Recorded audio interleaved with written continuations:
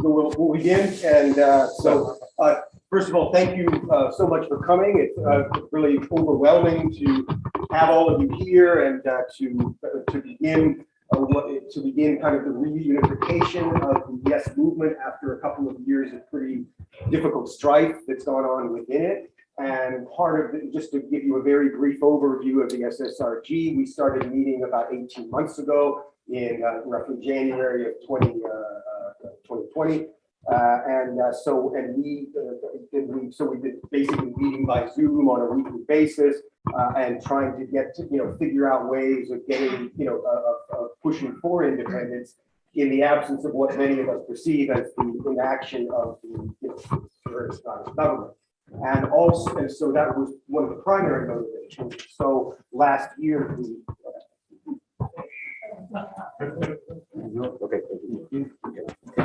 So last year, prior to the 2021 elections that we hoped would be used as plebiscitary elections, which they were for the Holyrood elections, we contacted the European Free Trade Association to see if for example, they did use the 2021 Holyrood elections in May as a plebiscite election, would they consider allowing to become part of EFTA? And they were very open. They were very, as long as the Scottish government has the powers to negotiate international treaties and the powers to abide by them, then yes. Then they could send a letter, and the Scotland could get back into EFTA and back into the EEA in a very rapid period of time. That they did not, the Scottish government did not avail themselves of that opportunity, even though we certainly let them know in devising the manifesto in Indy, which is distinct from Peter's manifesto for independence. But in any case, so just the primary objectives are to bring the Yes movement back together with concrete objectives of how to achieve independence. And so that's going to be the focus of our first panel, talking about the different routes to independence, and then but a different objective, and we'll have different panels on different subjects over the course of the next couple of days. But we'll be focusing on different areas of policy. How to get international recognition. What are other states looking for in getting recognition? Alf will be talking about colonialism, and so you can see. I'm not going to spend too much time on that because I want to get on. But in any case, first we're going to be talking about the different possible routes to independence. Martin Keating's was to have. He was unfortunately ill, so Gordon Ross is kindly a referendum with a Section 30 and without a Section 30. Then Chris McEleny will be talking about a plebiscitary election. Peter Bell will be talking about basically about a unilateral declaration of independence. Sara will be talking about her claim of right, for which she has made herself very well known recently. And wait. It's not my claim of right. and finally, Alf Baird will talk about a route of decolonization. So we'll try to keep it limited between 10 and 15 minutes intervention each, which will allow for the maximum number of after each intervention. And I think it would be better just to have the interventions and then have a Q&A after that, where we can kind of mix it up and exchange it. Also, when we reach the Q&A, please keep your questions brief so that we can get the maximum number of questions. So without further ado, again, thank you so much for coming. And we will begin with Gordon Ross of IndyCar fame to talk about the referendum. Can you all hear? No, microphone's not live. It's live, but it's not audio. You're getting me.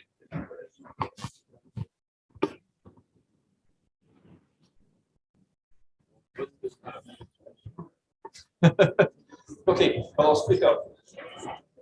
Welcome to the biggest IndyCar event I've ever done. I don't think I've ever had a car with people in it before, but that's what this feels like to me today. For those of you who know who I am, thank you, and thank you for continuing to watch the program. I've been asked to fill in for Martin Keating, who is an old friend. Gordon, they can't hear. They can't hear. We can be a pin light.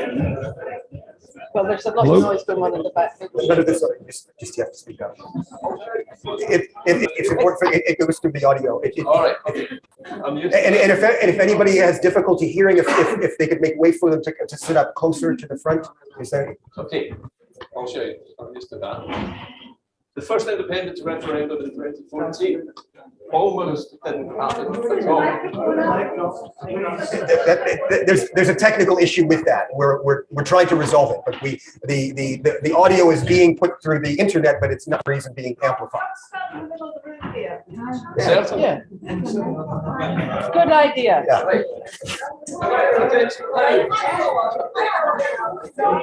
All right, in 2012, when the SNP won the first outright majority in the history of the Scottish Parliament, Alex Salmond realised that there was a chance to do something very different.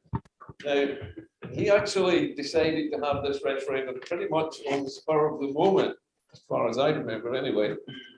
And in order to have it under the existing understanding of, so we say, the parliamentary rules of sovereignty in the United Kingdom, we needed the United Kingdom to agree to transfer the power, first of all, to the Scottish Parliament to organise this referendum, but more specifically to the people of Scotland who would have the power over that constitution for a day.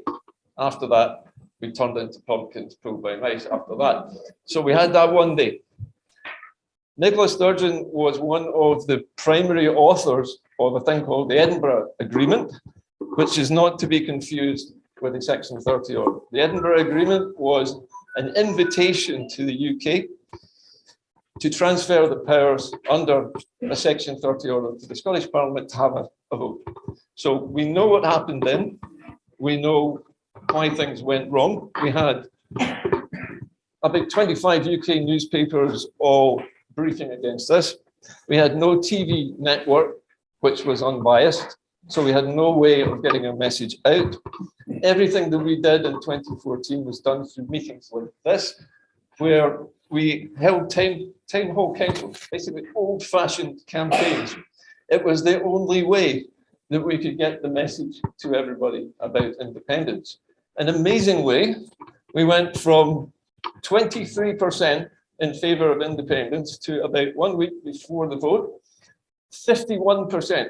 It lasted for 1 day. We obtained 51%. At that point, the British state panicked and decided to wheel out the big guns. And at that point, we got several things at once. We got the denial of the use of the currency. Now, this was a spoiler. Most people don't understand the difference between currency and money.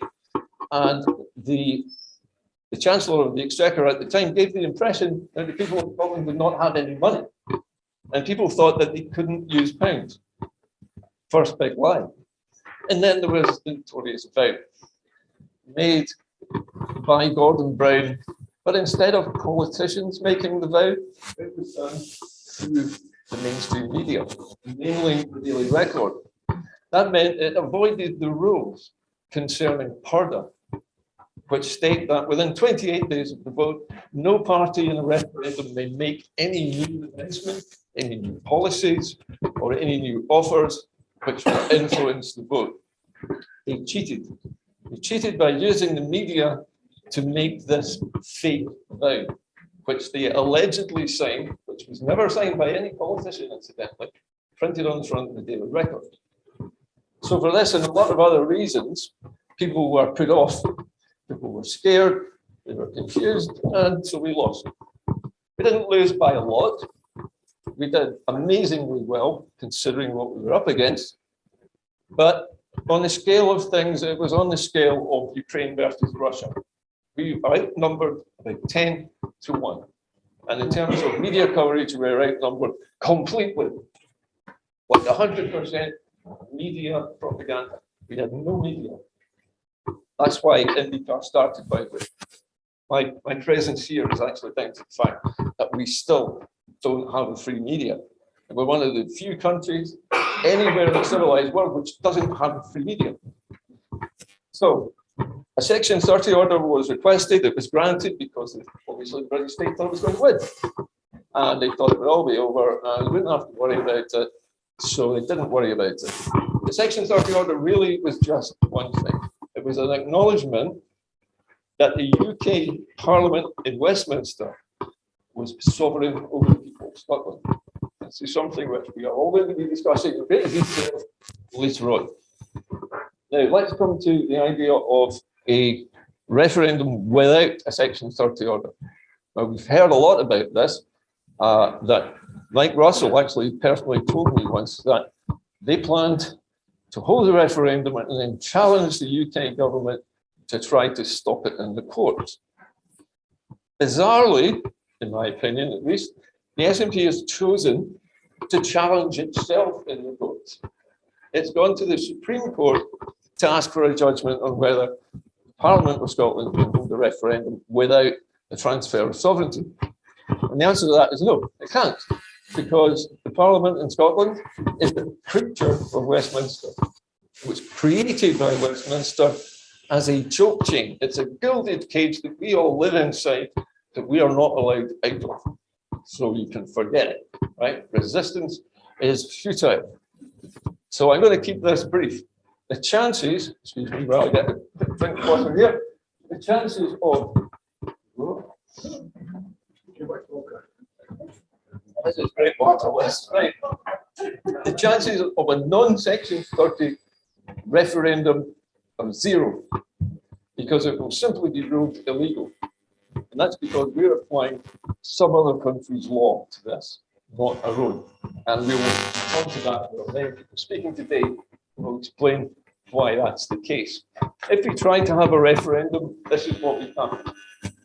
The SNP has, as you know, already asked the Supreme Court to rule on it. You might be thinking, well, why did they do that? They said they were going to hold the referendum first and then challenge or allow the UK to challenge us.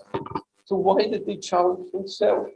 The answer to that is £25 million of taxpayers' money is going to be spent on a referendum, isn't it? Now imagine you spend £25 million, you organise a referendum, and then you're not allowed to do it. What is the SNP going to be pelted with? Wasting taxpayers' money. And I believe that that's the reason why they have shunted the independence campaign into this side alley, because the only way out of it, given the plan that's currently in place, is to have that challenge done now, so that if they rule in favour of it, it is legal.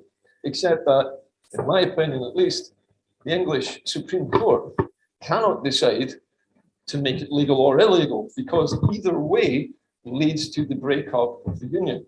For a simple reason, if they say it's okay, we have a referendum, we vote yes, and we all leave, and it's great. They don't want that. They ban it and they say it's illegal. And this is the nice thing about it. If they say it's illegal and we can't do it and we don't do it, it actually breaks the Act of Union straight away for a number of reasons. Because there is a piece of Scottish legislation which backs up our original sovereignty claim of 1320, which I know other speakers are going to be speaking about, so I don't want to issue spoilers. But the fact of the matter is that no independence referendum, run with or without a Section 30 order using English law, because there is no such thing as UK law, under English conditions of law, cannot be applied to this Scottish decision, because the two legal systems are entirely separate. And one of the founding principles of the Act of Union is there is a massive precondition.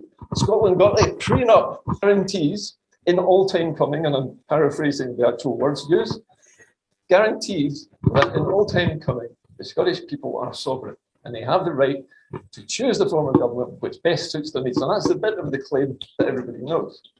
But as other speakers are going to tell you later on, especially Sarah, there's far more to it than that. And there's so much more to it that people don't know. And my job here, and hopefully your job after that, to find out. So I'm going to call my little speaker off here because I wanted to keep this brief. You know it has to be. But I think it's very important to realise that no independence referendums under UK stewardship of any kind will ever be allowed to happen again. When Alex Salmond said he thought it was a once-in-a-generation opportunity, and he's been quoted on it by all the press saying it's once in a generation, we can't have another one. Right.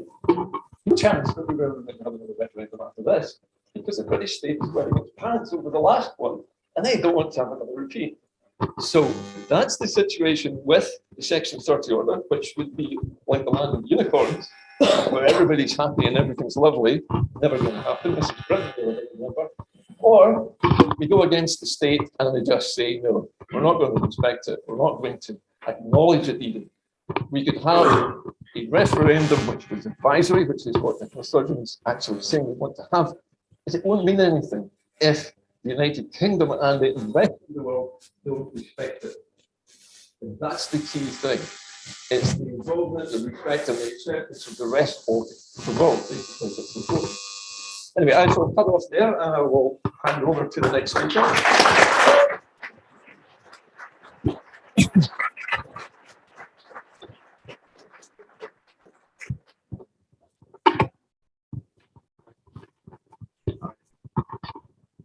Hello, good afternoon, everyone. So apparently the microphone picks up the sound for those online, but it doesn't pick up the sound for those in the room, which is a pretty genius idea.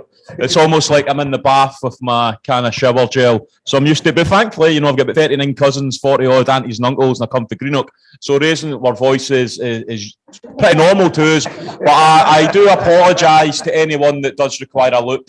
And if the sound isn't good enough, I'm sorry about that. So my name's Chris McEleny. I'm here in behalf of the Alba Party.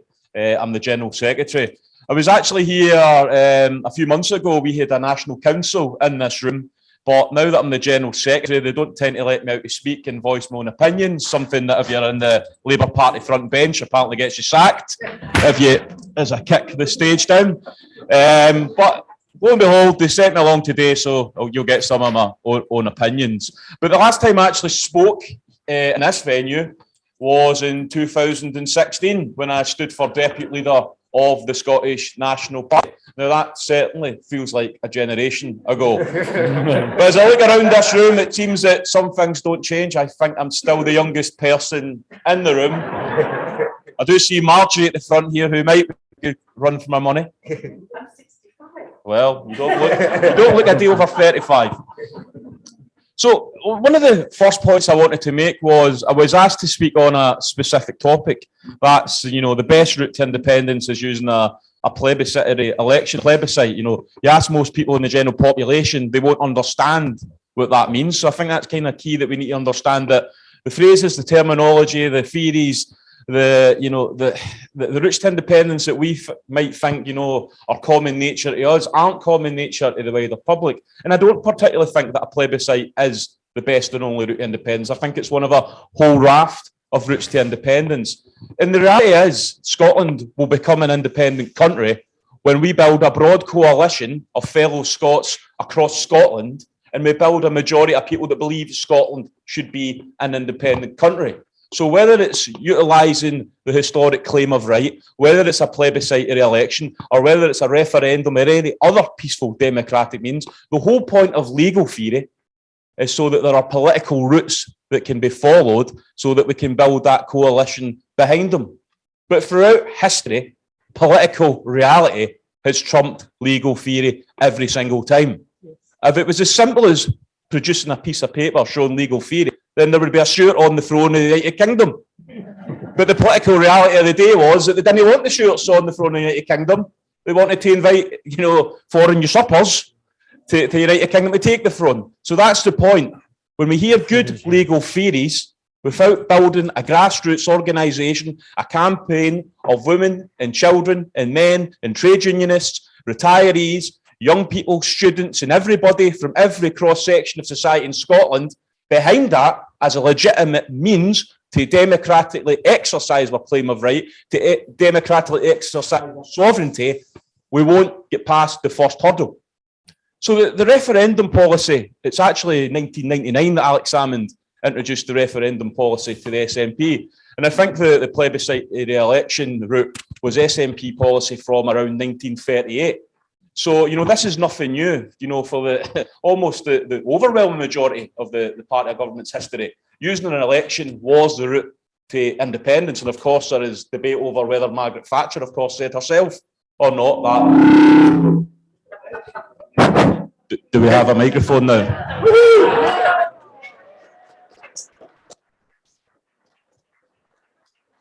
Now, this is, I often find this really difficult now to moderate the voice level for a microphone. So we've all seen that graphic when Mrs. Thatcher said, you know, if the people of Scotland want to be independent, the way they do that is, you know, a majority of MPs elected at an election. You know, that was pretty much all grown up. My dad used to say to me when we tuned into teletext watching the election results come in, and he would say to me, look, you know, this is before revolution, of course, I'm old enough for that. The reality is that, you know, we're never going to get independence because, you know, maybe we won 5 seats in 1997, I think, or 4, 6. You know, we're never going to get it because we're never going to win a majority of seats in Westminster. And, you know, my entire, you know, childhood growing up, that was, you know, the accepted fait accompli that the Scottish National Party wanted their independence. Then if they delivered a majority of the Scottish seats at Westminster, that was a mandate for their independence. And we've conceded the argument that that's no longer the case because we've won not 1, not 2, but 3 majorities of the seats in the Westminster election. And we've conceded the principle that somehow, even though that's an election on reserve matters, and we're told, of course, that, you know, the Constitution is a reserve matter, we've conceded the point that by winning a majority of seats in an election to the UK Parliament, somehow that doesn't count as a mandate to progress Scotland's claim of right and progress for independence. So that's a fatal flaw. Now, if I think back to when I stood for Deputy Leader of the SNP in 2016, but slightly after that, as my, you know, very high popularity in the party started to decline, at the 2019 SNP conference, I proposed a debate on something called a Plan B. You know, that was, you know, Boris Johnson is this joker that's now our Prime Minister. You know, there's not a chance in hell that he's going to concede to an independence referendum. He's never going to agree to a transfer of powers through a Section 30 order. And of course, a Section 30 order, you know, an order of council in the United Kingdom, it's just a guise that the UK uses to hide that it's not actually a democracy. It's a guise to use the sovereign's power to transfer power to create legislation without going through the legislative framework of Parliament, to allow elected representatives of the people to actually determine what the legislation of the people for the people should be. So, you know, it's not integral to our national cause. It was created by Salmond smartly in the age of devolution to unite the people of Scotland behind a common cause, a common purpose, to deliver something that was deliverable and achievable, and he delivered it and he achieved it. But delivering an independence referendum is not the raison d'etre of the Scottish National Party. It shouldn't be, and it should never be the raison d'etre of the Scottish independence movement. The raison d'etre is delivering and regaining Scotland's independence.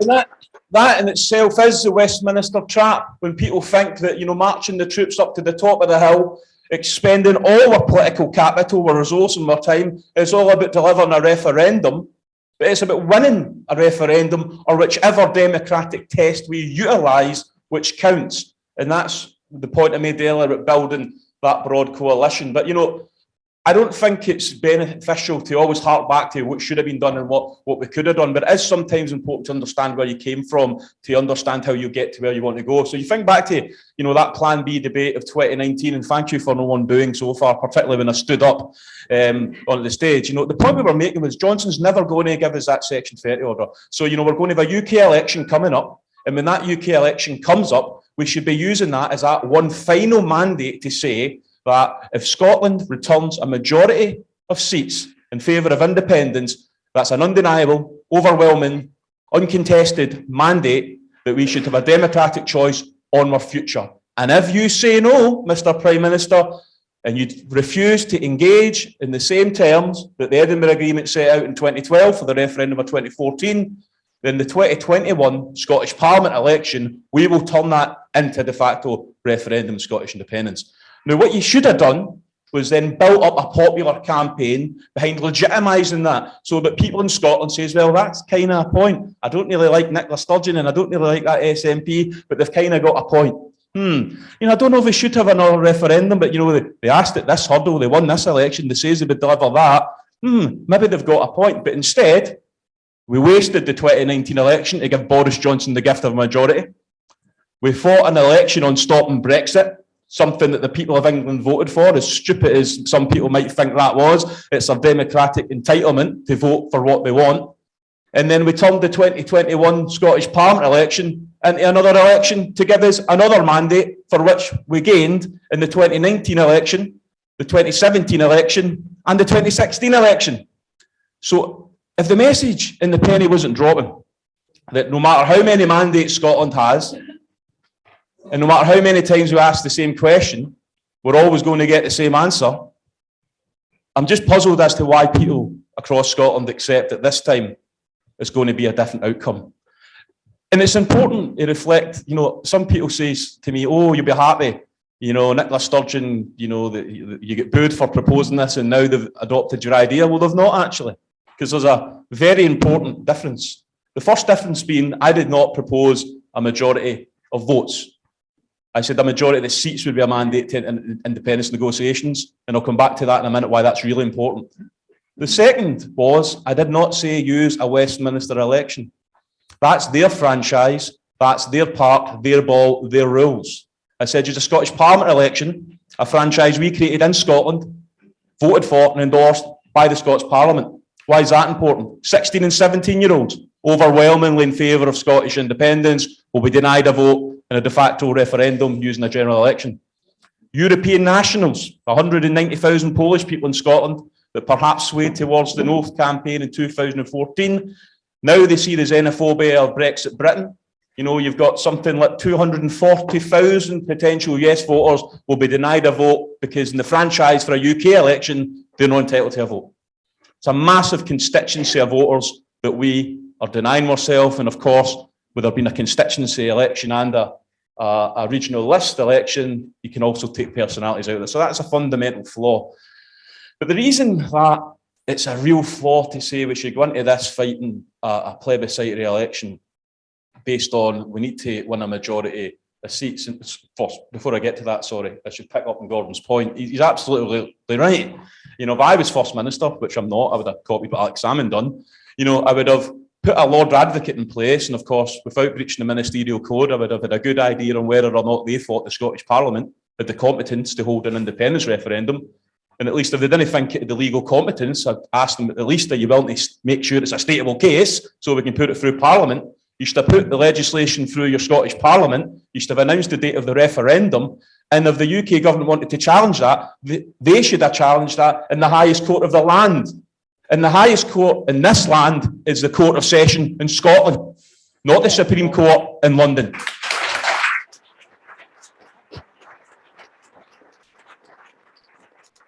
And at that Court of Session, these people take law seriously.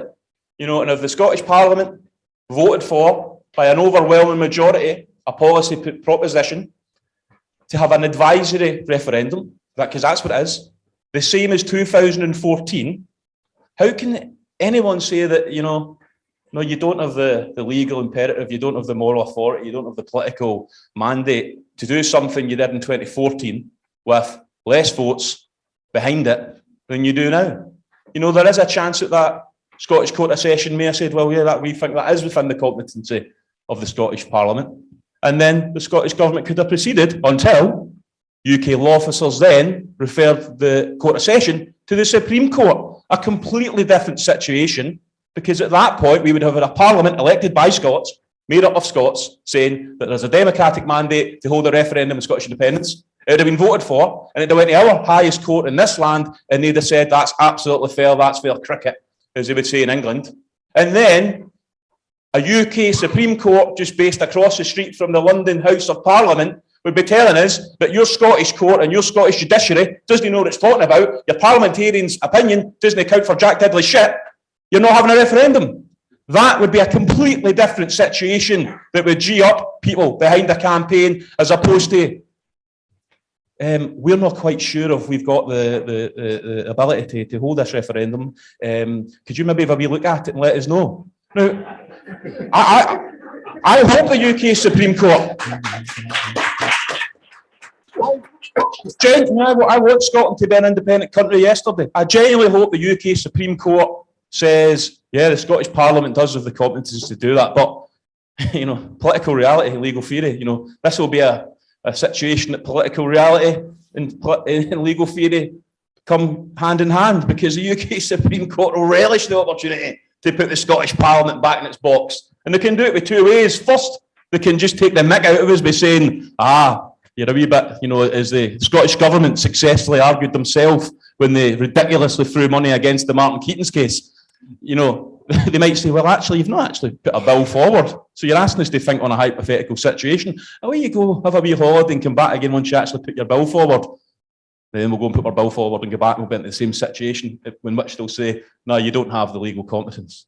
And my final point on this, ridiculously dangerous strategy the UK Supreme Court is, I can't imagine a situation that if the SNP I used to be a member of in the lead up to the 2012 Edinburgh Agreement found itself in a sticky wicket, that it would end up in court.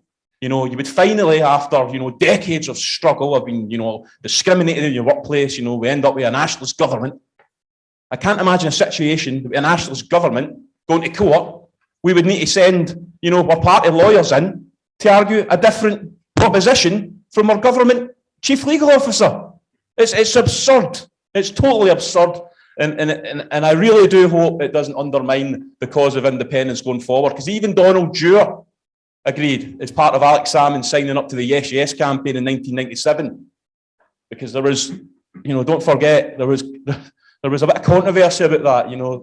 A lot of people in the nationalist movement thought that devolution would be a millstone around our neck that would stop us becoming independent. They didn't want us to sign up for that. It was independence or nothing. And part of that deal was Gordon Dewar said that the Scottish Parliament, there shall be no impediment and no barrier to the Scottish Parliament, having a referendum if that's what the people of Scotland want.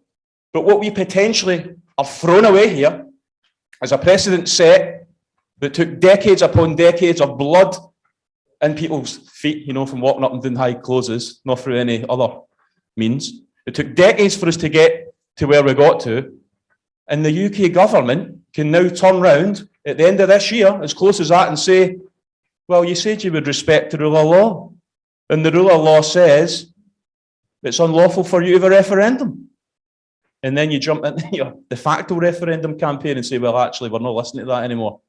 And you've conceded that the Scottish Parliament doesn't have the right to hold an independence referendum. So forevermore, whether it's Boris Johnson, Rishi Sunak, Liz Truss, Michael Gove, who knows? They just need to say Scottish Government versus UK Supreme Court judgment. There you go. That's it. It's an act of folly. So that takes us back to, it's more than likely we're going to end up in this election campaign.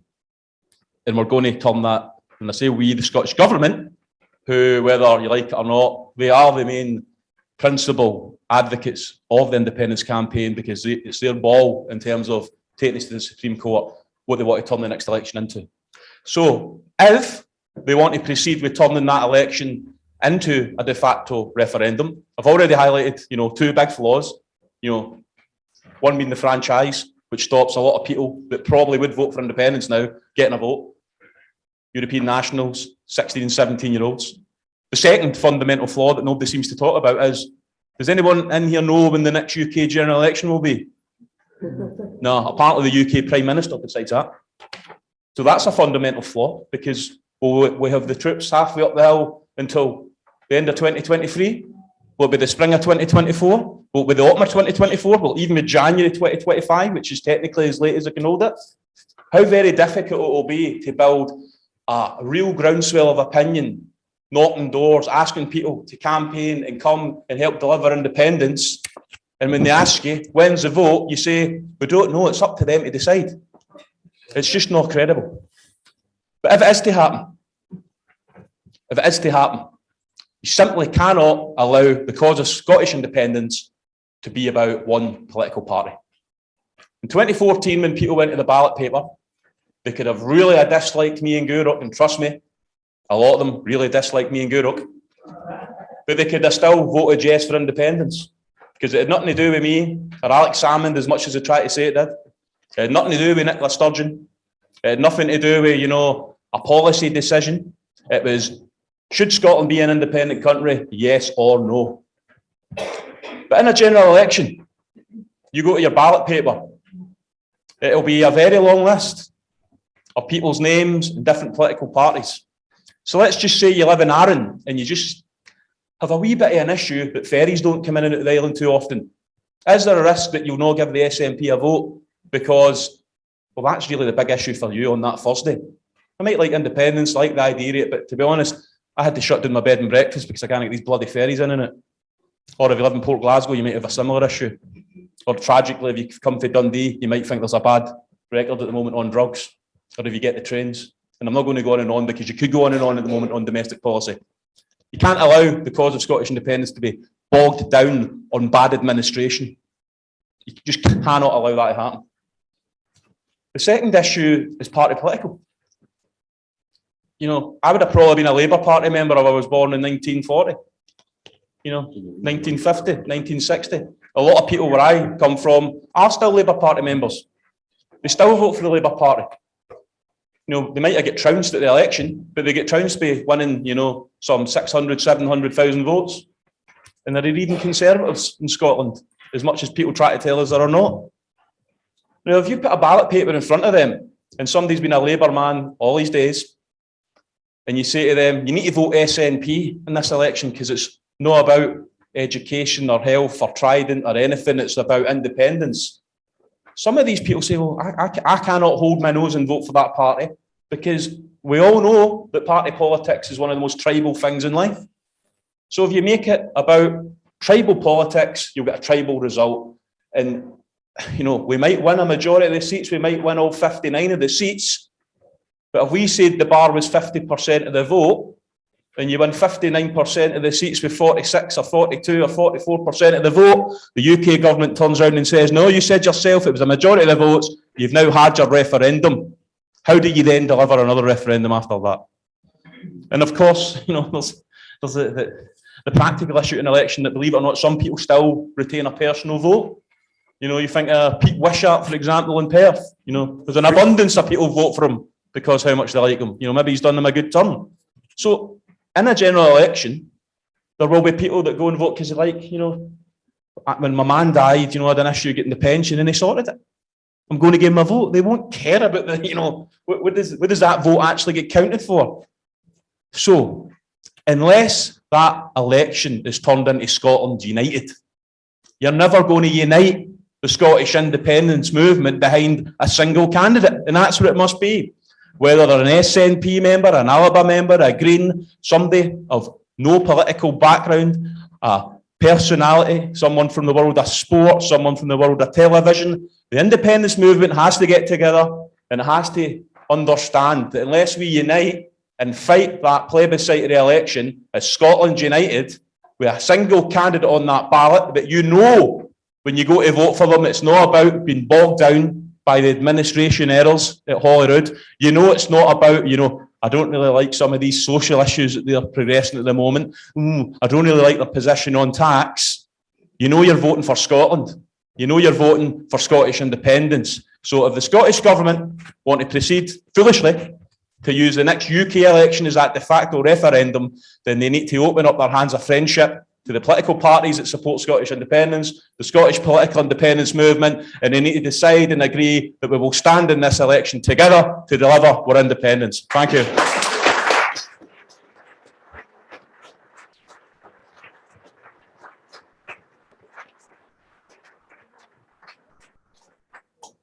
Okay, so now we have Peter Bell. Oh, it's me. And, No. yes, you have your microphone. That's it. So you can sit if you want. Techies, we okay for sound? The techies have all gone for a break. We okay? We seem to be okay for sound. Can everybody hear me? Right.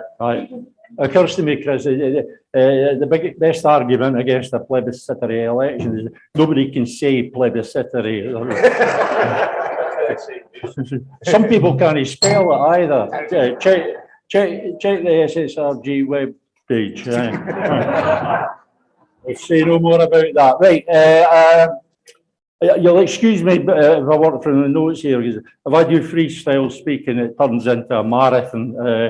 I tend to get diverted. So I use notes now to limit myself. I'm supposed to cover in 10 minutes or less the Manifesto for Independence and Scottish UDI. and this is not helped by the fact that my new glasses are not here yet, and I'm using my old ones. Right, there goes. There will be time for questions later, so anything that I don't cover, you can get to it then. First, the Manifesto for Independence, not Manifesto for Indy, as Mark said, although they had the same origin, they're quite different. The Manifesto for Independence sets out the essentials of the process of restoring Scotland's independence in 4 steps, plus 1. The plus 1 isn't really part of the process, it's only necessary because of the Scottish Government's inexplicable commitment to the Section 30 process. The plus 1 says, repudiate the Section 30 process as an illegitimate constraint on Scotland's right of self-determination and denial of the sovereignty of Scotland's people. So if you've ever said something nice about Section 30 process, you're now taking it back. Then we get to the process proper, and this is just 4 steps. First, assert the competence of the Scottish Parliament in all matters relating to the Constitution on the basis of the Parliament's democratic legitimacy, which derives from the sovereignty of Scotland's people. 2, recall Scotland's members of Parliament from Westminster to sit on a national convention with members of the Scottish Parliament and such representatives of civic society as are deemed appropriate by the Scottish Parliament for the purpose of overseeing a formal constitutional referendum and drafting a provisional constitution for Scotland.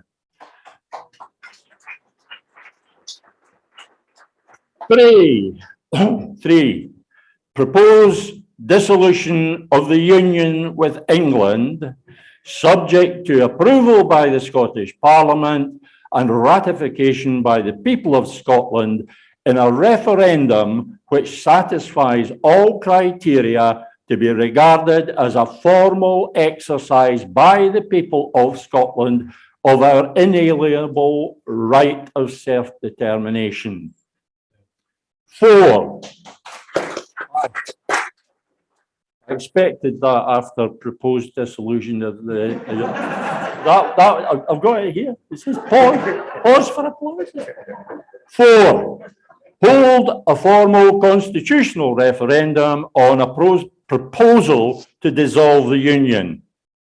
This referendum to be held solely under the auspices of the Scottish Parliament and subject to oversight and management by the National Convention and such bodies as may be appointed by the Scottish Parliament. That is it. That's the process. The bare bones. The intention with the Manifesto for Independence was to consider the essentials of the process by which Scotland's independence will be restored and set these down in a simple form, such as pro-independence parties might include or adapt in some way for their own election manifestos. My hope when we did this in 2020 was that the Yes movement might unite so as to put pressure on the pro-independence parties, and particularly the SNP, of course, to adopt some form of Manifesto for Independence, preferably this form or something very close to it. The idea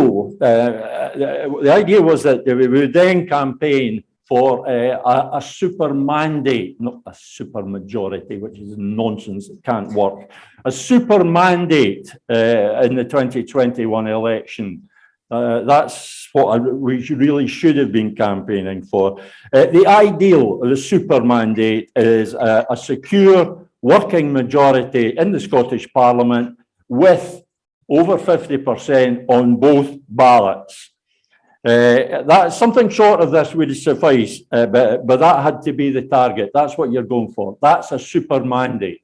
And if we'd got that super mandate, we'd have been in a different world now. It didn't happen. The Yes movement thought it had better things to do. But the manifesto for independence was far from a waste of time. When I was rereading the documents on the SSRG website, I recommend that, by the way, in preparation for today, and with the Manifesto for Independence in mind, I was struck by how much consensus there is on the basics of the Manifesto for Independence, that the Manifesto for Independence seeks to identify. There is, to put it mildly, little enthusiasm for the Section 30 process. You've no idea how that gladdens my heart. I started the hashtag No Section 30 years ago, and there's enthusiasm for the Section 30 process is gone, and that's a wonderful thing. And even those who favour requesting a Section 30 order, which is just wrong in itself, they only do so on the understanding that it will be refused. So why compromise the sovereignty of Scotland's people by asking in the first place?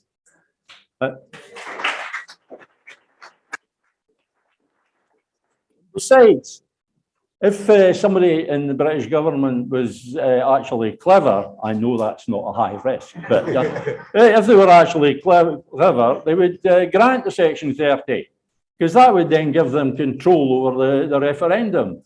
They would control the conditions. They would control the franchise. They would interfere at every stage. And if the Scottish government objected, the British government would just walk away and say, well, we tried. Yeah.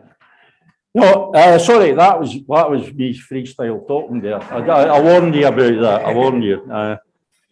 The National Convention, that's something where we have this consensus on the Section 30 bills. And the National Convention that I suggest, that's just the name that I give it. It might be called something else.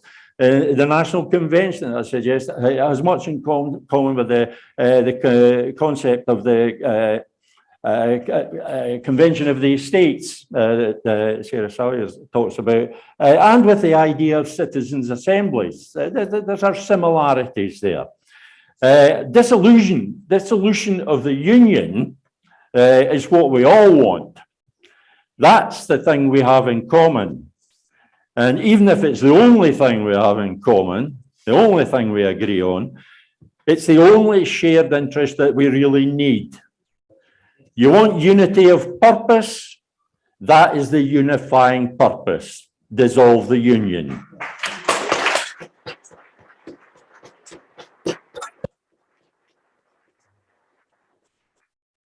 Proposing the dissolution of the Union gives people something specific to vote on in a referendum. They're voting on that proposal. The differences are, my reading, I should have brought my reading glasses, I'm sorry. They vote on this actual proposal that has been put through the Scottish Parliament. It's down in words. They can read exactly what is being proposed, and not some slanted question about the vague and ill-defined and variously defined notion of independence. Here's a very basic truth. You cannot build an effective single-issue political campaign around a contested concept. Independence is a contested concept. We know independence is a contested concept because during the 24 referendum campaign, if you asked 100 people or a dozen groups what independence meant, you would get 103 different definitions. It is a contested concept. The Union is our lived reality. People know exactly what the Union means, or if they don't know yet, we should be telling them. Finally, not finally for the speech, just finally for the referendum. Finally, the referendum, it seems most of us agree on the most of the time that there should be a referendum, that there must be a referendum. The differences are mainly about where in the process the referendum occurs. I contend that it must be when there is a specific proposal on which to vote, which means a confirmatory or ratifying referendum. I further contend that no matter what route is taken, they all converge at this point, the point at which the people of Scotland have their say and the rest of us just shut up for a wee while. There must be a referendum, but it must be the right kind of referendum. It must be done in the right way.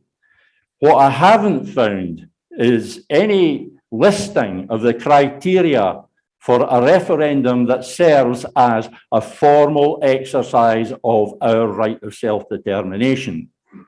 This is an unfortunate omission, as the form of the referendum the form of the referendum that's required dictates the practicalities of holding it. If you don't know what the referendum is and what it's supposed to do, how do you arrange it? How do you sort out the whole system of arranging it? For the 3 minutes. For the 3 minutes or so. Well, finished long before then. If you stop interrupting. The referendum must be binary. It's a binary issue. So it's a single one-word response, yes or no. Here's a proposal. Do you approve? Yes or no. Binary means 2 options. Those options must be distinct, they must be defined, and they must be deliverable. I'll probably get questions about what those 3 things mean. I hope I do, because that's one of the ways I cut my speech short. I'm not explaining them. And now I've just lent that, yeah. The outcome must be not merely a result, but a decision.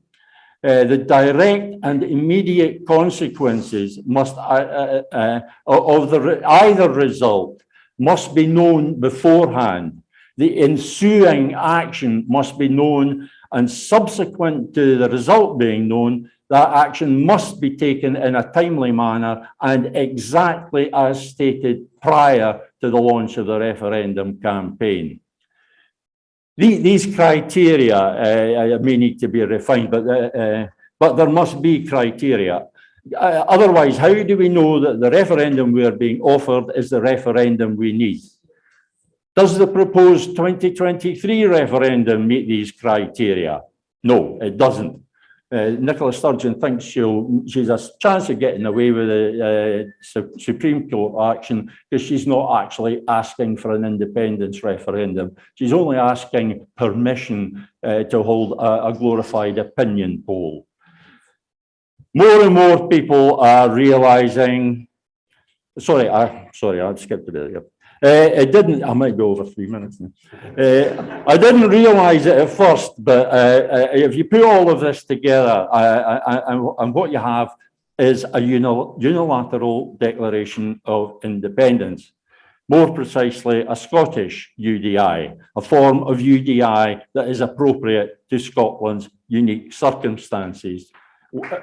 One of the most important things that we did in the 2014 campaign, freestyle talking again, one of the most important things that we did is we normalized the word independence. We normalized the idea of independence. We've got to normalize the idea of UDI, specifically Scottish UDI. More and more people are realizing that if Scotland's independence is to be restored, it can only be by some form of UDI. So we better make it the right form. The search for a legal means to restore independence is futile. There is no legal way. There can be no legal way when what is legal is defined by those who are vehemently opposed to Scotland restoring constitutional normality. There is no legal way out of the Union for Scotland. There is no way out of the Union for Scotland that will not be deemed illegal or unlawful or illegitimate or invalid by the British ruling elite. There is no way for us to restore Scotland's independence that will not be labelled UDI by the British state while their propaganda machine hangs every imaginable negative connotation on that term. All that is left to us is decide what form that UDI should take and how soon before the next UK general election it can be initiated. Questions about that as well. Whatever route is followed to get there, we always come to the point where the Scottish Parliament is required to do something which the British state insists it is not empowered to do. The only way the Scottish Parliament can acquire the necessary power is by taking it. Just taking it. There is simply no other way it can happen. The act of asserting competence in constitutional matters in order to facilitate the exercise of a right of self-determination is a de facto unilateral declaration of independence, but it is the Scottish way and nothing to do with any other UDI plucked from the history books. You want independence, you need to prepare for Scottish UDI. Thank you.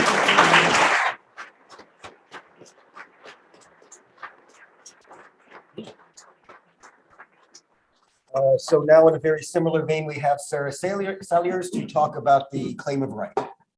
Right, is my microphone working? Yes, okay. So I thought I was going to be saying some radical things here today. Apparently, I'm not. Isn't that great? Oh, Can you turn up the mic? let me see, is it even turned on? Is that Maybe okay? use that one. So I'm just sitting here. It's feedback with your other ones. Take this one off. Sorry, guys. How's that? Okay, all right.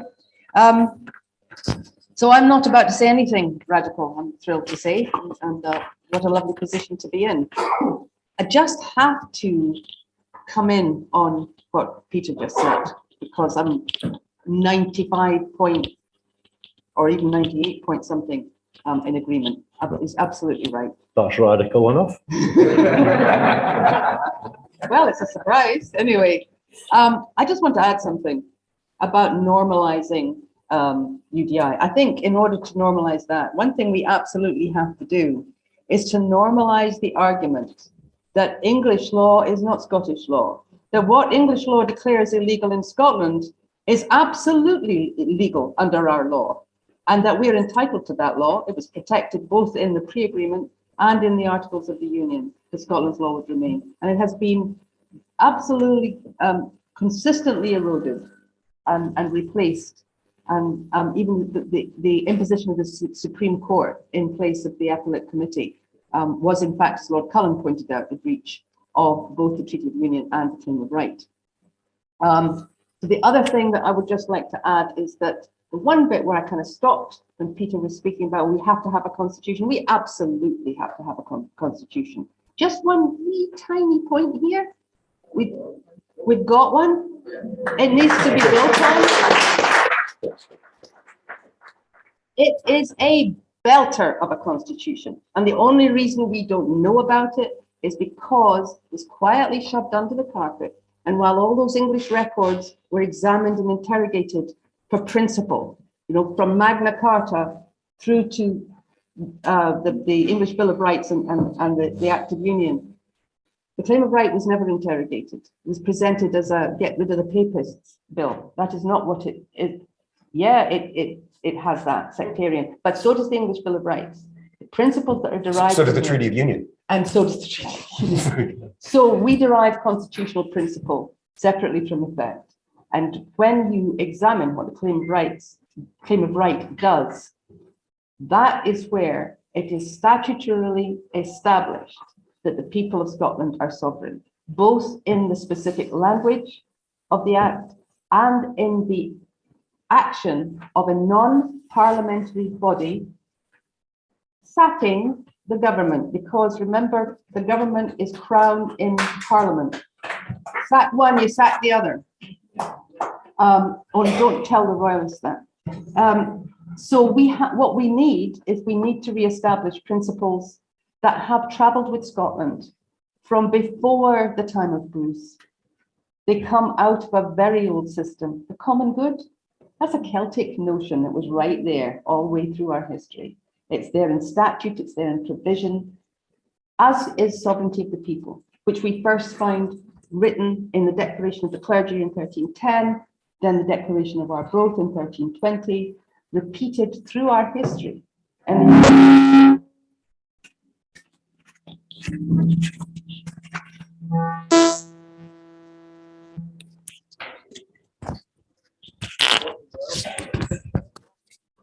how's that? Can you hear me? Again, in the Act of Salvo, this is a lovely thing that I would love every Scot to know about. The Scottish Parliament from 1592 acknowledged that the people of Scotland are sovereign. Not the Parliament, that the people lend their power to government. Not give it, lend it. By offering salvo at the end of every session. Salvo comes from the Latin, salvo jure cuius libet, which William McCrae translated as let whoever sue the crown. Crown in Parliament. In other words, if Parliament trespasses on the rights, liberties and freedoms and the provisions for the good of the Scottish people, any section of the Scottish population, they could call salvo and have it referred. The Parliament could be stopped. Can you imagine? Oi, salvo, today. We had one hell of a constitution and it got shoved under the carpet and it got superseded by a piece of nonsense that comes out of the feudal model. It comes out of that greasy pole with the guy at the top who has really the word privilege, and it should be a dirty word. The guy at the top has all of the privilege, all of the rights. The guy at the bottom is scum. That's the total opposite of the Scottish system. That is what has been imposed in Scotland. And it's not legal in Scotland. The point about saying we have a constitution is that it doesn't just say the people are sovereign. It says it is unlawful.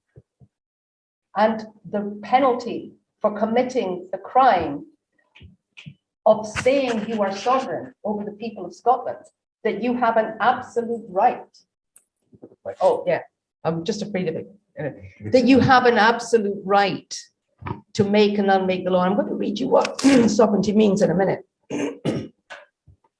That you that you can override the rights and liberties of the people. You can behave as an absolute power in Scotland. It's really very simple. You do that, you're sacked. That's it. The word is forfeit. Forfeit. Power is forfeit. That constitution, that claim of right, was, as Gordon said, our prenup. It was ratified with, although they stuck it in as an article now, it was ratified with the Articles of Union as a condition of the treaty. It was understood at that time, reported by that famous unionist spy and pal of William the Orange, Daniel Defoe, that the claim of right would continue in Scotland. It was understood that this is what the condition meant as to the limits of government and obedience. That's sovereignty. It was intended to stay in place. It hasn't. And that has resulted in what Professor Sir Neil McCormack has called the Scottish anomaly. And the Scottish anomaly means that in 1989, when the Constitutional Convention came up with Scotland's claim of right. Do you think that was a coincidence, by the way, that they used the term Scotland's claim of right? And its underpinning principle was the sovereignty of the Scottish people. They were standing, there was no legal force behind the Scottish Constitutional Convention. There was no legal principle that they were putting forward as a bill when they had that principle accepted without division in 1989 by Westminster. But it was accepted unanimously because the claim of right is still law. So what Westminster's done is it's tried to present this as meaning, well, the Scottish people are sovereign. Sovereignty means they've got the right to vote for the type of government that is best suited to their needs. Is that what sovereignty is? Thank you. There's another word for that, I think. Is there another word for the right to vote for the kind of government that's best suited to your needs? Democracy. That is the basis set out in the UN Charter of Nations. Every people. Joanna Cherry brought that fact up at the Miller hearing, and again before the Lord Advocate. Aren't we talking, do you recognize that this is a principle that everybody's entitled to? Every nation is entitled to it. Scotland's a nation. Sovereignty is not that. So I'm going to read you exactly what sovereignty is from the High Court in 2016, I believe. I've lost the date here. All right, so in that same case, the Gina Miller case, it went first to the High Court, then it went to the Supreme Court. And the High Court ruled, and one of the submissions came from the Independent General Workers Union. And it, as an amicus brief, it pointed out that the claim of right meant that people of Scotland who had not voted for Brexit. Oh,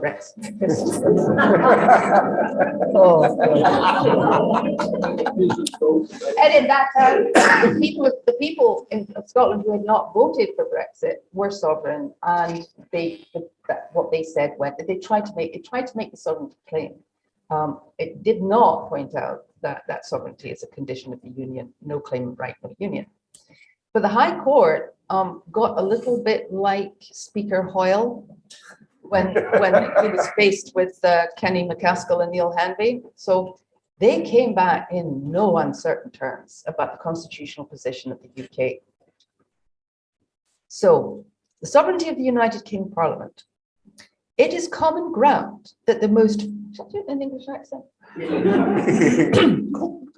The most fundamental rule of UK constitutional law is that the Crown in Parliament is sovereign, and that legislation enacted by the Crown with the consent of both Houses of Parliament is supreme. We will use the familiar shorthand to refer simply to Parliament. Parliament can, by enactment of primary legislation, change the law of the land in any way it chooses. There is no superior form of law than primary legislation, save only where Parliament itself has made provision to allow that to happen. The ECA 1972, which this is the act being discussed, confers precedence on EU law, is the sole example of this. But even then, Parliament remains sovereign and supreme, and has continuing power to remove the authority given to other law by earlier primary legislation. Put shortly, Parliament has the power to repeal the ECA 1972 if it wishes. In what is still the leading account, an introduction to the law of the Constitution by the constitutional jurist and conman, Professor A.B. Dicey, he explains that the principle of parliamentary sovereignty means that Parliament has the right to make or unmake any law whatever. And further, that no person or body is recognized by the law as having a right to override or set aside the legislation of Parliament. Amongst other things, this has the corollary that it cannot be said that a law is invalid as being opposed to the opinion of the electorate as a matter of law. The judges know nothing about any will of the people, except insofar as that will is expressed by an act of Parliament, and would never suffer the validity of a statute questioned on the grounds of its having been passed or kept alive in opposition to the wishes of the electorate. Ladies and gentlemen, that is the doctrine of parliamentary sovereignty, which has been applied unlawfully in Scotland.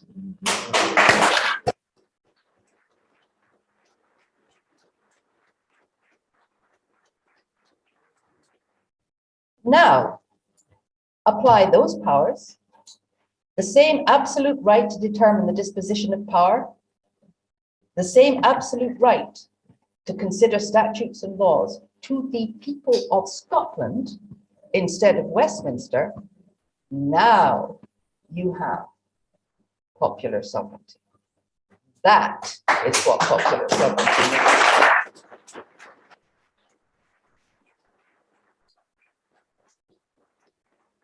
So these archaic documents, by the way, something to bear in mind is that lovely little doctrine. By the way, does anybody dispute the fact that if that is Westminster's position, what we've been calling a representative democracy is an elected dictatorship? Yes or no?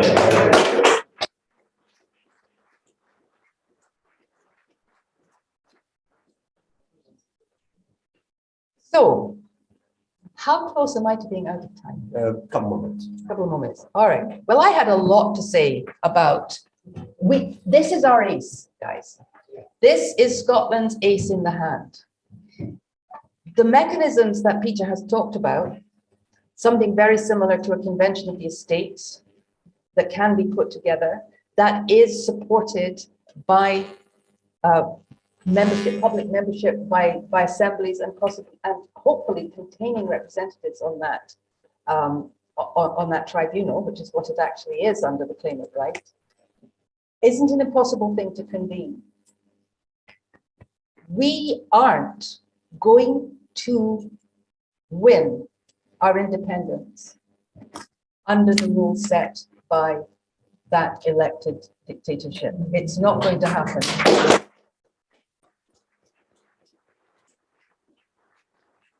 The British establishment is simply not going to let Scotland go.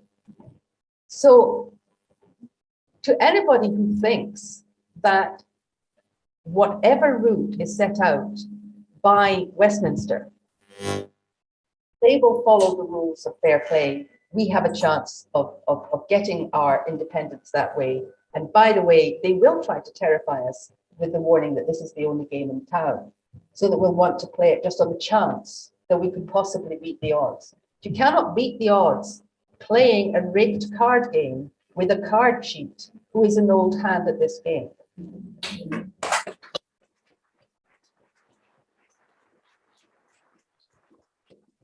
What you have to do is change the game. And we have a game changer. We have a constitution. We have an admitted constitutional principle of popular sovereignty, and you've just heard what that really means. In other words, we can say to the card shark, we're not going to play, but we'll see you on the football field. We've got a football, we've got a pitch, and we've got a team, thanks. So how this is going to happen, because we're talking about popular sovereignty, be aware, you cannot transfer the sovereignty of the people to a parliament. Why not? Because that becomes parliamentary sovereignty. Westminster took the sovereignty of the monarch and applied it to the parliament. That can be done. And they're still a flipping medieval feudal monarch in their character and behavior. Scotland never had that principle. You take it from the many and give it to the few, you're creating dictatorship. So it cannot come from Holyrood. It cannot come from the political parties. It can come with them, though. We can go together. We can look at putting these things in place and not going cap in hand to anybody. Not Holyrood, not Westminster, not anybody.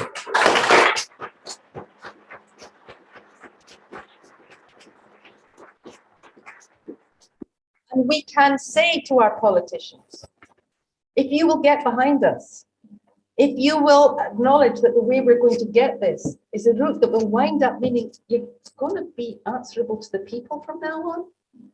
They're going to have a say from now on. We're going to be watching, and we have a list of rules, by the way, which we are going to grow. We are going to expand that constitution, of course, but those rules are going to stay in place, and we're going to make sure they're upheld.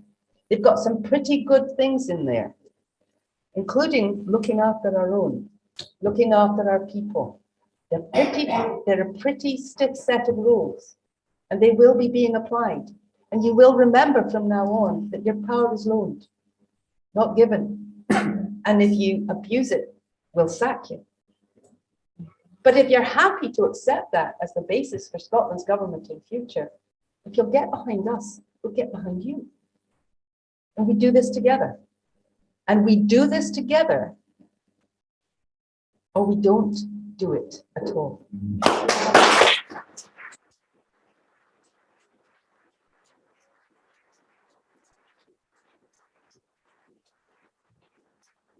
Thank you very much, Sarah. Stirring as always. And now we're going to wrap up with Alf Baird on UN decolonization before we go to Q&A. So, yeah, can you hear me okay? Yeah, I'll stretch my legs a bit. So it's a bit last man freeze all, and I suspect that Mark put the UN decolonization issue at the end because it might be regarded in independence terms as the last throw of the dice, to use the other term that Sarah was using about the casino.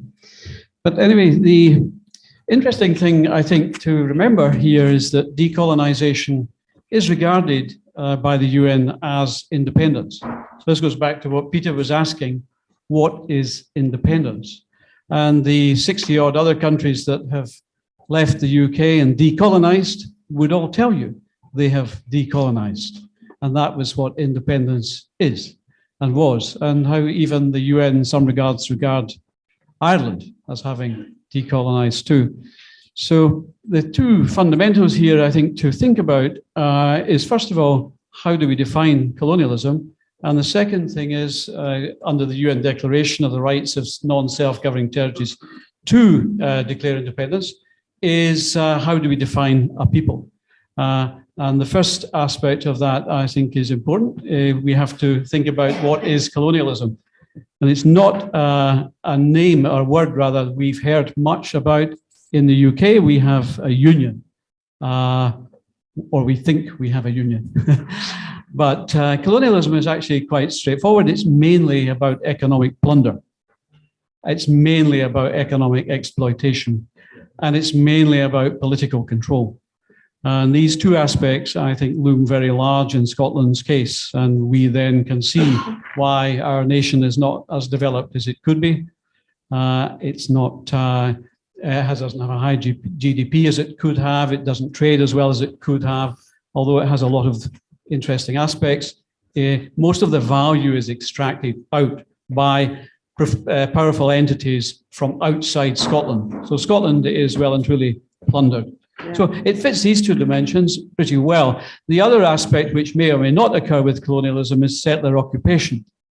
Now, settler occupation is a difficult subject for some reason where in the nationalist side of things to discuss, but the reality of the census tells us, and historical census tells us, that Scotland has been subject to very significant settler occupation, particularly from what in colonial terms is called the mother country. Now, that is on record, that has happened. It also relates to other research in colonialism, which is called internal colonialism.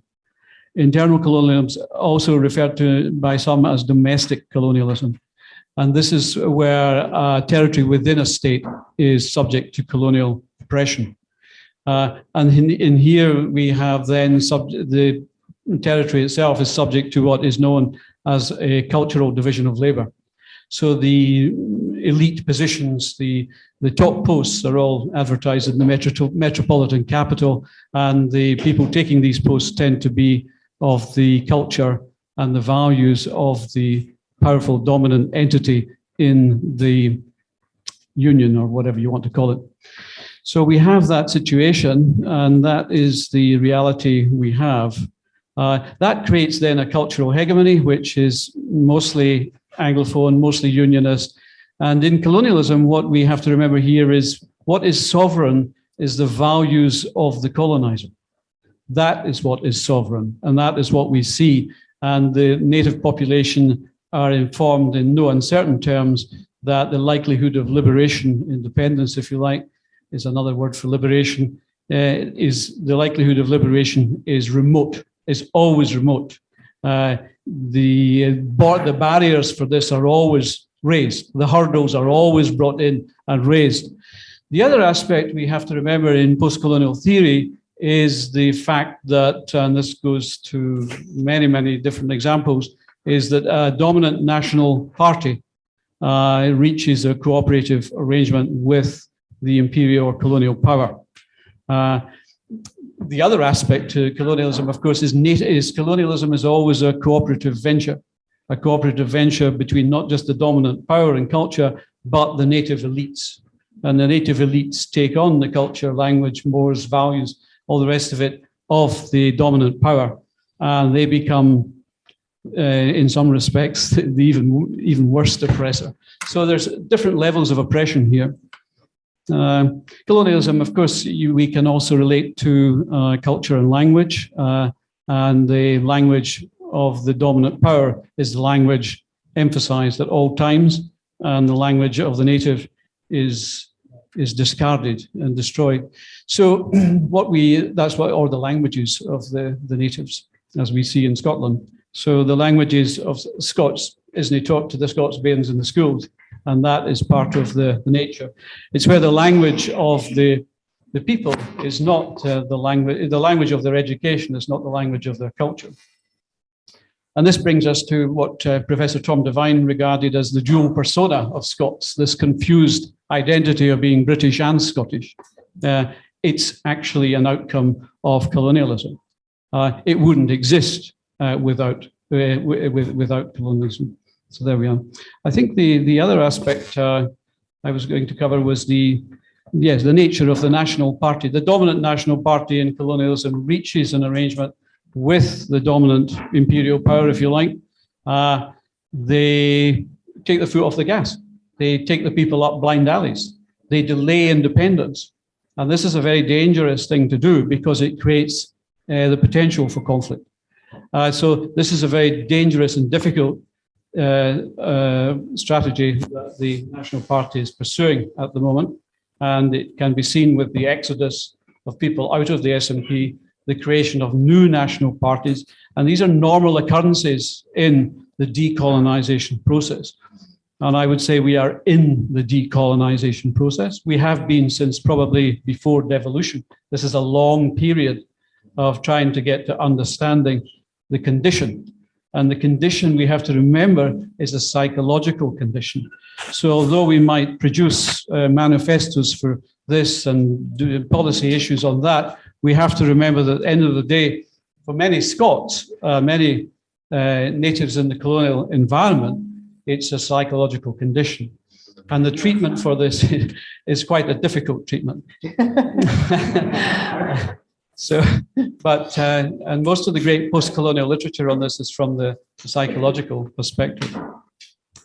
So that's where we are. But going quickly to the UN, the declaration that non-self-governing peoples should be able to declare independence as a legal right.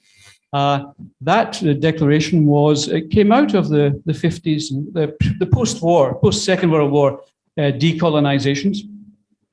And at the time in the 60s when this declaration was created, there was, I think, more than 70 listed territories. There are now 17 still there, mostly small island groups and so on. So the work is ongoing, but the UN was quite emphatic. This declaration has legal standing. It's about removing the old empire powers. That's what the Declaration on Self-Determination, Liberation, Independence, Decolonization is about. It's about removing the oppressions and injustices of the empires, the former empires, particularly France, Britain, and the United States, to remove their powers and injustices and treaty violations. Because let's remember here also that many, if not most, if not all colonies were sitting with a treaty, as Scotland is sitting with a treaty. But we know it's not respected. Its conditions are not respected, as Sara said. But this is all part and parcel of the process. In the colonial reality, a people's history is discarded. It's removed. It's rephrased and restated. Its cultural heritage is all changed to reflect the commemoration of the oppressor's greatness, as we see in so many monuments and even street names in Scotland. We have the same legacy as Ireland and many other places have had. So that's the reality. As to decolonisation as an activity, that requires a territory, a non-self-governing territory, to be listed with the UN Decolonisation Committee C24. That requires, I believe, member state to propose a listing of a territory for decolonisation. Whether or not that could be done by the Scottish government themselves, I don't know. But I've been involved in European Union initiatives where the signature of a Scottish government minister is sufficient to get recognition by even the European Union for certain aspects of funding for different things.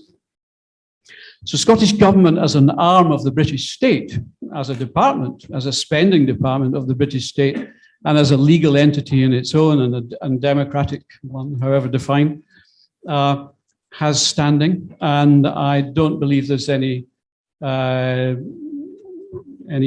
it's not impossible for the Scottish government to propose Scotland's listing as a colony for decolonisation. Or even to have a permanent representation at the UN before C24, to then further develop the priority to prioritise the decolonisation. Because let's remember, the UN regard colonialism as a scourge, a form of punishment levelled on a people that should be removed, and that it calls on the administrative powers, the empire powers, if you like, to be on the right side of history, and not to provoke conflict and all the rest of it that comes with that. Where a people is, and I should just mention a definition of a people. Yes, a people has to be properly defined, and previous cases have all shown the importance of common history, heritage, national languages, culture, common suffering, and will to be a people, a will to be a nation.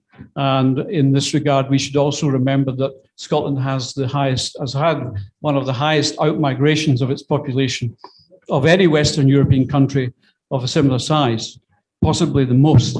And a lot of that was reflecting UK regulations and barbarity. So we shouldn't. The other thing to mention here is that in a legal sense, Supreme Courts in other countries have recognized territories for independence where they have suffered injustices and still suffer injustices and still suffer oppression. And oppression comes in many forms, whether it's socio-linguistic, the cultural, the language, the economic plunder, the political exploitation, and so on. It comes in many ways, and it ends up where you see millions of people living in or close to poverty in your own country who can't get access to the resources. The resources are all plundered. And the benefits of colonialism are basically equivalent to the exploitation of the people. And we go back to what Sara was saying about the common good aspect of the claim of right, which is a fundamental part of what we're about. So all I would finish on, yes, the UN decolonisation process is a route. We're already following a decolonisation process. Independence is decolonisation. That takes a little bit of getting our heads around. The union is a bit of a charade. Treaties are always violated by imperial powers. We shouldn't expect anything else. So what we are doing here is perfectly sensible. It's not a situation that can be maintained or sustained. Colonialism is geographic violence, it is force, it is oppression. and it should be ended. Thank you.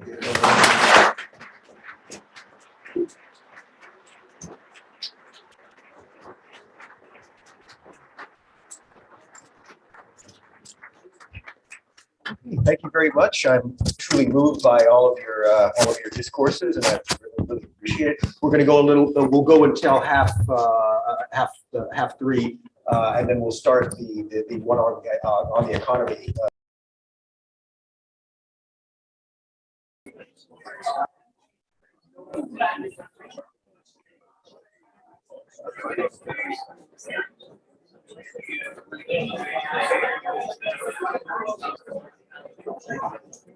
Okay, sorry for the delay. So we will go to the first question for the third time. So please keep your questions brief. Thank you to the panel. It was really informative. As a relatively new Scot whose great-grandparents were forced out due to economics, it's really exciting to be here and be part of what I hope will be a successful campaign.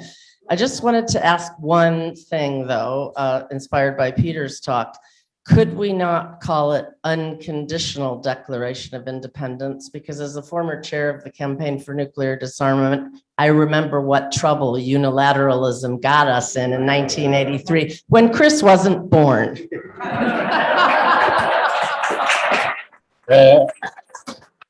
I take your point about the potential problems with language. The Scottish National Party had the same issue, continues to have the same issue. However, I have to disagree with you, because that is the term, unilateral declaration of independence. We can't arbitrarily say that, change that.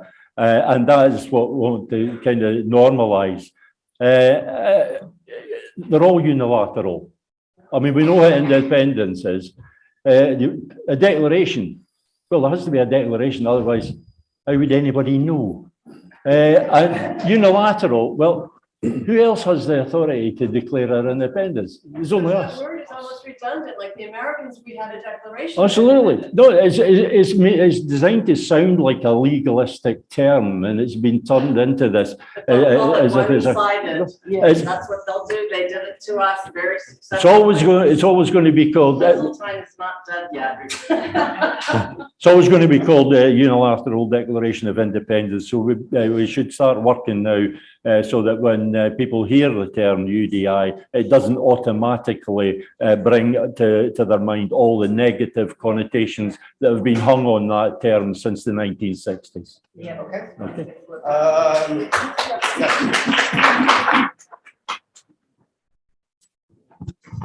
Thanks very much to everybody on the panel that contributed today. It's been very inspirational. That inspiration began at Larbert, and it's obviously amplified here. Just on the way up today from Glasgow, I passed by, I went through Kilsyth, and I was reminded that, Kilsyth is one of the major battlegrounds during the Covenanting Wars, and it kind of sparked the idea in my mind that there's quite a lot of parallels between the Convention of Estates and Covenant, the Covenant as such, the National Covenant, which was put in place to deal with absolute monarchy. I just wonder if perhaps you, Sarah, would agree that perhaps we could reinvent the Covenant as a kind of structure for bringing this message of emancipation to the people, by having what they did at the inception of the Covenant was they set up in every town and village all over Scotland the opportunity to come and sign the book, starting off at Greyfriars in Edinburgh. And at first there was a trickle of people came, and then that trickle came into a flood, and then we had the National Covenant of 1638, which led eventually to the Claim of Right. I just wonder if that might be a practical way, or maybe reinvented in some way, I don't know, or recharacterized, a practical way of getting this popular movement going in the next year. Any of you want to chip in? I think, Sarah, okay. okay, so I think that what's important about referring to what Scotland did in the past and how Scotland did that in the past is that we've had, as Alf has said repeatedly, and we've had our history absolutely erased. one of the things that I just, just going through the records of the Parliaments of Scotland, which were only restored and put online in 2008, and they completely obliterate and reverse the histories, the official histories of Scotland. The picture that has come out of Scotland is it's complete B word, and that you go back and start going further and further and further, and you realize we have no idea who we are. We've no idea why we feel the way we feel. And you come to, if you look at the Covenant and how that was regarded and how it gets mixed up with what happened after Oliver Cromwell invaded Scotland. And if you don't know, you should go and find out what he did in the Highlands. Because they dared to declare for Charles II. That was, by the way, the convention that did that. And people see the Covenant, they identify the Covenant with what I call the Scottish Taliban. That was under Cromwell's dictatorship in Scotland that existed. You go back and look at what the Covenant was really about. It's really actually very inspiring. And it mobilized people. And one of the things that we find looking through Scottish history is the way that the Scottish people have mobilized in the past. The Darien scheme was another one, the whole of Scotland mobilized behind that. So we have this history. We don't know why we feel the way we feel. Why do we have we're all Jack Thompson's parents? Why do we all feel a man's a man for all that? Why do we have this sense of that there's something absolutely repulsive and un-Scottish about this Norman feudal system that has taken this what we in modern terms call dictatorship and given it to a parliament? It sticks in the craw. So I'd say that we need to do two things. We need to give back Scotland people that sense of identity. So that is a really interesting and important way that we could look at doing that. So it's grounded in something that's in the past, but also bring it into the present and look at what's available in the modern forms. So you can give it the old names. You can have, you could have a wee room where you've got the Declaration of the Clergy, Declaration of Arbroath, Claim of Right, Covenant on the wall, and where you are bringing people in to sign up to an absolutely modern, let's say, UDI. But I also think that when people find out what their constitution says, what the Claim of Right guarantees, that is an astonishingly radical document for something that was passed in 1689. It's got provisions that mean that it stops the government's right to think it's got, can pry into your private business and your thoughts. It's got, you're not allowed to give money to your pals, your corporate pals. That's not lawful. There's a whole list of things. It's on the Salvo website. We've excavated a lot of them. But even just Salvo, what would that look like if we had it today? So yeah, I've taken a long time to say, yeah, I think it's a great idea. I think we need to show how it's relevant today and how it would be applied today and how radical that could be today. And it's a great thing for people to know that they're standing on the shoulders of their history and their ancestors. So thanks for the question. Okay, thank you very much for the question. I'm going to pass it to Dave. Hi, I'll give you a question for all the panel here. Taking on board what Peter said and Sarah, how about we go for the UDI using the process laid out in the claim, and then hold a referendum after a couple of years to whether we want to go back into the union or not. That would be my preferred route. Can I say something just briefly? Never quite got a chance to answer this gentleman's question, the one before, about the covenant. We don't need a covenant. We've got a thing called the internet, and it is full of independence campaigners and supporters. You simply have to put the word out there and it will spread like wildfire. We don't need a secret society to do that, because at the moment, at least Oliver Cromwell isn't threatening to kill us all. So we can do it easily. Can I just I'm not suggesting a secret society by any means, quite the reverse. A public society where you publicly declare yourself in a place appointed for that purpose, in fresh air, not in virtual space. Well, there's a, it might be a nice, it might be, what we're talking is framing really, and framing kind of publicly. One of the things that we're going to be talking about, and Neil Hanby will be here to talk about that, the breakout workshop tomorrow, is next step and how we go to the international community and say, do we or don't we have an international treaty? Do we or don't we have a binding condition to that treaty? Do we or don't we have the right in Scotland to put back the provisions of the Constitution? To do that, we need a movement. It's the UN designation. Alf was talking about having standing. So the Scottish government has the standing to ask for begin the decolonizing process. To bring a case, to ask for a hearing, you have to have standing. And one of the ways you get that is to form what they call a national liberation movement, or so for us it would be the Scottish Liberation Movement. Well, heck, we've got an awful lot of yes groups out there and trade unions and others that might be very interested indeed in halting the corruption and the oppression of our people under a constitution that does just that. So it's not that I've been thinking, well, how do we get out to all these people? Well, we've already got them. As Gordon just said, they're already there. You're So all we just- here because of it.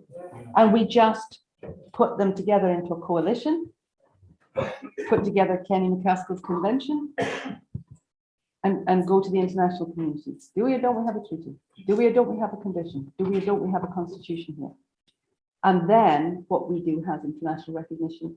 And then just to come back on what they've said, the penalty under that constitution, as I keep telling people, for imposing what I read out, that is called dictatorship over the people of Scotland, is the forfeiture of power, which translates into the modern vernacular as we sack them. Then we'd have to have a referendum. Do you want to go and negotiate a new treaty of union in Scotland? And that referendum is already automatically recognised by the international community. I wouldn't vote. Okay, all right. No, We've got that's time. We've swapping got around time. the yes and no. We'd be campaigning for no. And that. Well, you could tell us the wording for it, Peter. I'll sort that out for you. Okay.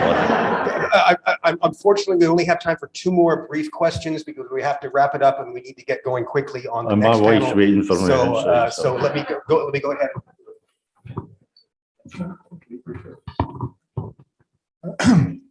Thanks a lot.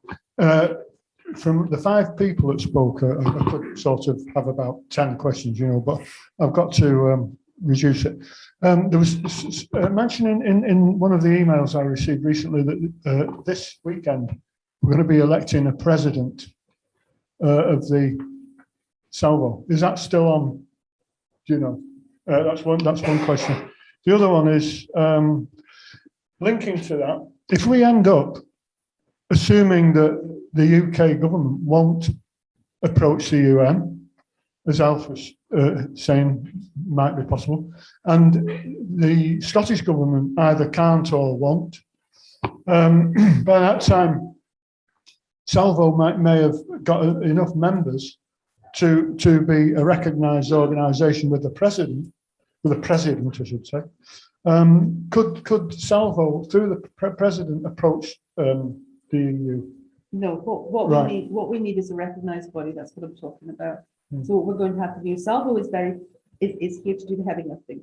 We're here to get the word out, to give back to people what belongs to them, and help drive this, what will be a coalition. So, you need to see Salvo as kind of not leading the movement so much as enabling it. And then what we'll look for is a coalition of sufficient size. And then with the politicians and those with the constituency to be able to do that, to be able to get standing, to bring that to the UN. Okay. All right. And the last question. Yeah, I've got a few points to make here, but I'll try and cut it short, right? I was listening to Gordon and he said it was a smart move for the Scottish government to go to the Supreme Court because if they win, they lose, and if they lose, we win. So that's the situation. Peter mentioned the dissolution of the union and Salvo's attempting to affect that as well. I was just wondering as well, Alf, do you know if we've already put in to be decolonised?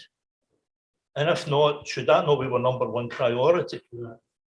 The other thing is, when I was listening to Chris, he said politics trumps law. So that buggers the whole thing up. Okay, so we can get some responses for adjournment. Yes. Well, the first one is say, political reality will always, over time, whether it's a day, tomorrow, or centuries, it'll always trump law. I'm not going to, I won't compare the Scottish independence movement with, like apartheid, for example. But that was lawful. It was political reality that overturned a lawful regime, which was totally unjust. So, as I say, slightly not related to that, but it kind of covers everything.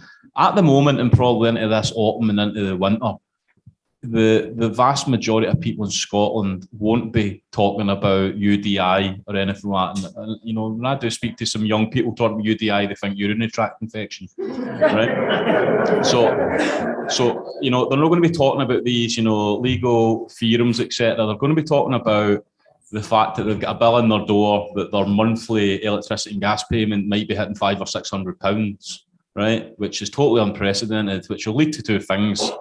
I certainly am veering myself towards I say I can pay, but I'm certainly veering towards I can pay, won't pay stance myself. And I think that will, overtake events in Scotland. The UK government will have two options then: send in the police to batter people, or nationalise the energy companies and put in fair, just payment schemes. They'll probably start with the first and they'll be forced to the latter.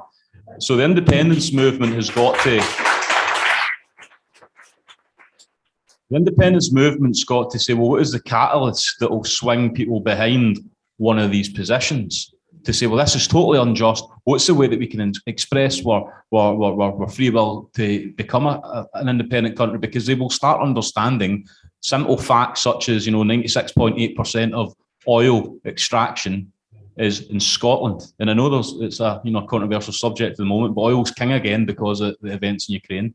They'll start understanding that 25% of European wind potential is in Scotland. They'll start understanding, something like 80% of UK tidal potential is in Scotland. They'll start understanding that Loch Ness has got more fresh water in it than all of England combined. And when you're an energy-rich country, with actually an embarrassing amount of natural resources that should confront an independent Scotland to ask themselves, is it fair and right that we keep these resources, or should we be, supporting the common good of fellow man across the world? But they'll be asking themselves, why the hell are they paying 500 or 600 or 700 or even more pounds a month in electricity costs when we're self-sufficient in renewable electricity? And why is our gas, the gas that generates electricity, the gas that comes in to cook their dinner, why is that going sky high when we're self-sufficient in oil and gas? And I think that'll be, almost as big as the 1970s at Scotland's oil movement. And I think we need to find a way as a movement, where it's for Salvo doing the heavy lifting, it's intellectual arguments. These are the supporting tools that when we manage to capture the imagination of the nation to say, this union's broken and there's a better way for Scotland to progress, we then say, well, here are the routes that we provided for you. Please stand behind them and let's walk towards them.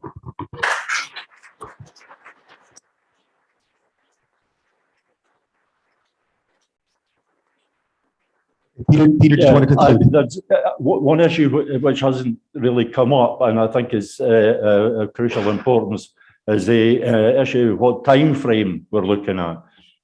And this is why I'm wary of approaches such as the UN approach and various others, because these could be potentially quite protracted, especially if you go into those processes citing a lot of detail. The more detail there is, the more challenges there will be, because you can be sure the British government is going to challenge everything. So I'm very wary about these things. And I think we have to be more aware of the time frame. We have to be aware of what time we have. And I'm totally convinced that the next UK election, the next Westminster election, will be fought by all the parties, all the main parties across the UK on the basis of unifying Great Britain, doing away with very much a British nationalist. Yeah, similar to the Leave campaign, but with Scotland as the target rather than the EU. I think it's going to be massively, and then if that works, then the government we get after that has a mandate to put Scotland back in its box. And just exactly how they do that is something that I'm worried about. So I'm concerned that we go past the next UK election. That's all I've got to say. Think in terms of a time scale and be very, very wary about the next UK general election. That's not going to be good for us.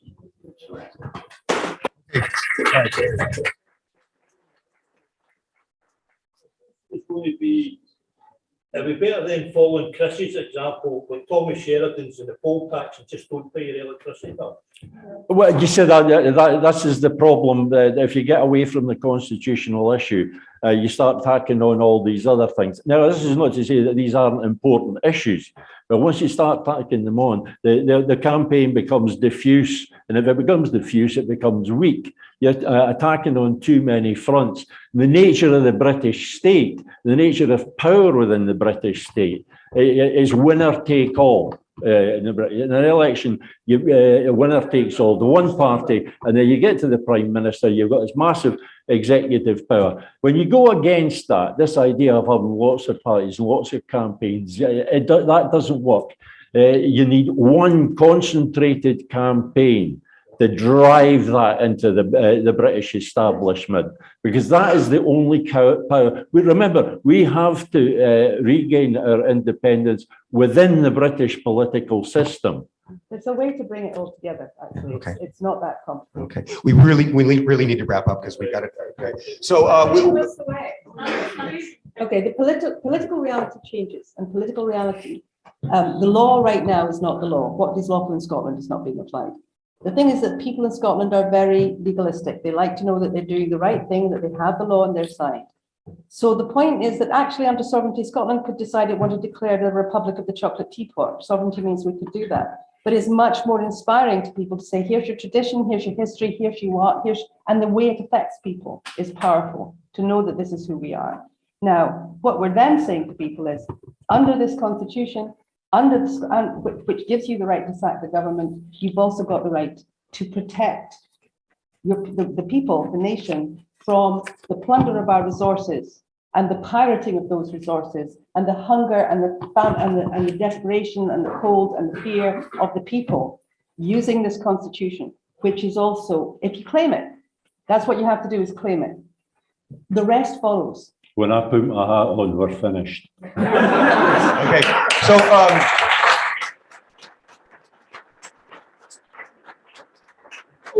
so we're going to 10 minutes sharp. Go ahead and take a break for 10 minutes, and we need to move on to the next panel with Richard Murphy and Tim Ryan.